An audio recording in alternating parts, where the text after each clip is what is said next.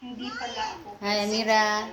sa Facebook. Say hi. Kasi nga, hindi ko pa, ilagay Hi, Amira.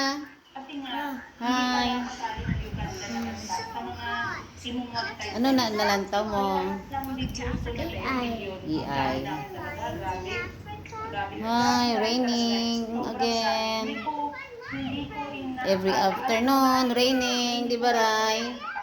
Wala naman, Ray. nangyayari sa Pilipinas during the time. Kaya bigla ako nalaman na ako mga ganito, ganyan. Uy, di ba katrabaho ka dati? Ay, pinsan ko yan, ganito, ganyan, mga ganun na.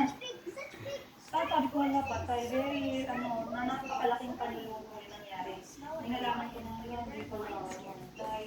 Paano yan, kaya, kasi pinapagulat ko ng 30 days. And then, dun na yan sa It's raining day.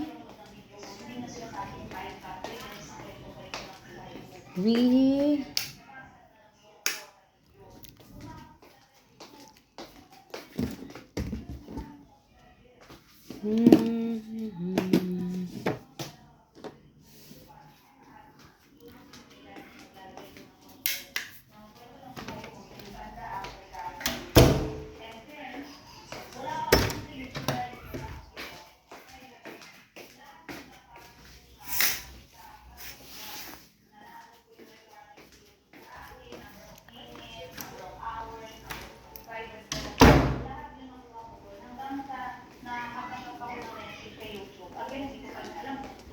ginagawa ko lang yung part ko, di ba?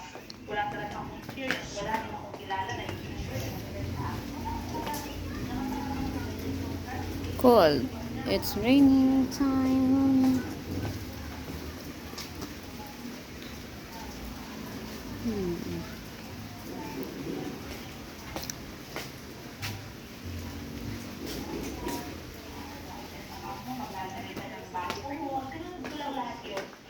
Sinunod ko lang lahat, wala akong kilala tumutulong sa akin. Lahat from scratch. Lahat yun, research ko lang, sinunod ko lang online hanggang sa naging okay. Hanggang sa after 3 months ko na pag-YouTube, pag-upload, pumasok yung kauna-unahang tao sa YouTube. At dun ko na na-realize, oh my gosh, hindi pala technique yun, totoo pala. Alam mo, ang dami ko nilang follow people, talagang nangyayari ako sa kanila. Siyempre may inggit, pero hindi yung inggit na nakakadrop.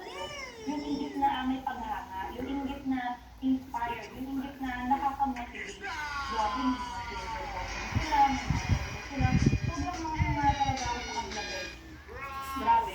Hanggang sa, yun na, nagsimula na sunod-sunod ko, sunod-sunod na yung ano ko, kasi nasa natuto ngayon, diba? Fast forward, Gati ka lang, Ebe, ah.